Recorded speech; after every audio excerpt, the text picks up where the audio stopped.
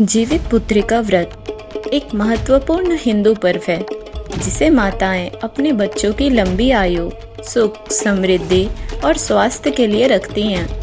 इस व्रत को विशेषकर बिहार, झारखंड, उत्तर प्रदेश और नेपाल के कुछ हिस्सों में अत्यधिक श्रद्धा के साथ मनाया जाता है। इसे जिउतिया या जीवितपुत्रिका के नाम से भी जाना जाता है। जितिया व्रत हर साल अश्विन मास के कृष्ण पक्ष की सप्तमी से नवमी तक किया जाता है। सप्तमी को खरना करके अष्टमी को व्रत रखा जाता है। इस व्रत का मुख्य दिन अष्टमी तिथि होता है और फिर नवमी तिथि को व्रत का पारण किया जाता है।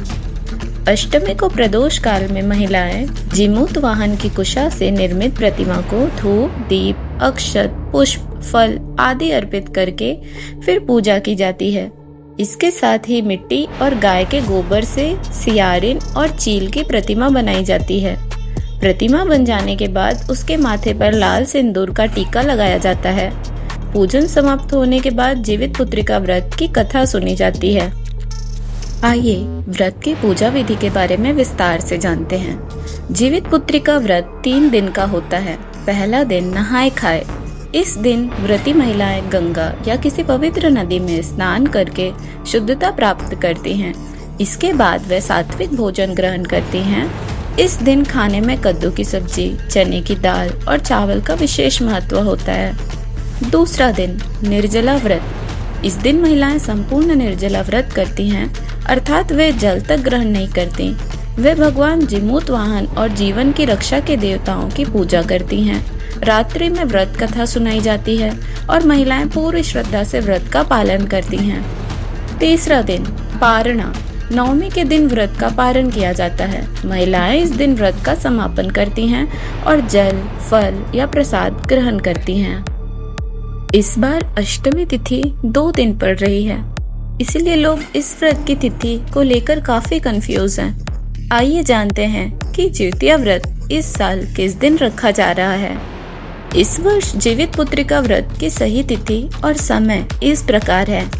पंचांग के अनुसार अश्विन माह के कृष्ण पक्ष की अष्टमी तिथि 24 सितंबर 2024 को दोपहर 12:38 पर शुरू होगी और समाप्ति 25 सितंबर 2024 को दोपहर 12:10 पर होगी।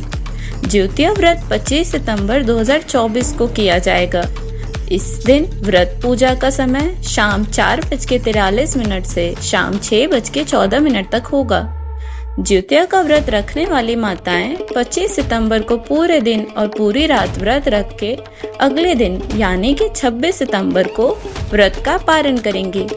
इसका पारण सुबह 4:35 से सुबह 5:23 तक किया जाएगा। जिउतिया व्रत की कथा में कई कथाओं का वर्णन मिलता है।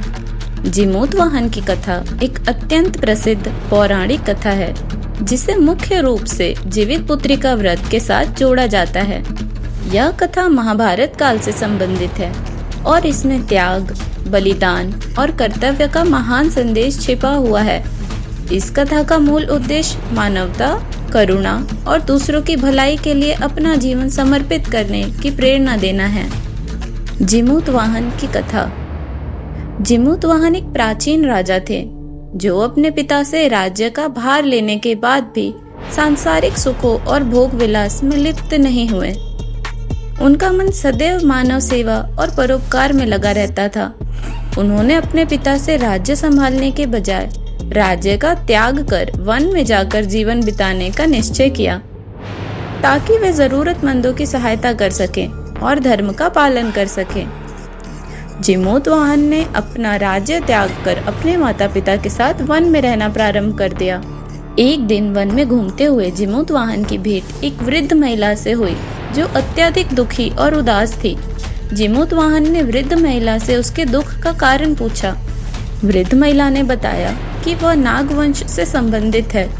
प्राचीन काल में नागों और गरुड़ के बीच एक संधि हुई थी जिसके अनुसार गरुड़ प्रतिदिन एक नाग को खा सकते थे। इस नियम के कारण नागवंश का निरंतर संहार हो रहा था।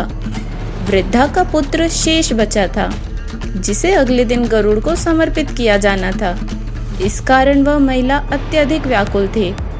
जीमूतवाहन को यह सुनकर अत्यंत दुख हुआ और उन्होंने वृद्ध महिला के पुत्र को बचाने का निर्णय लिया।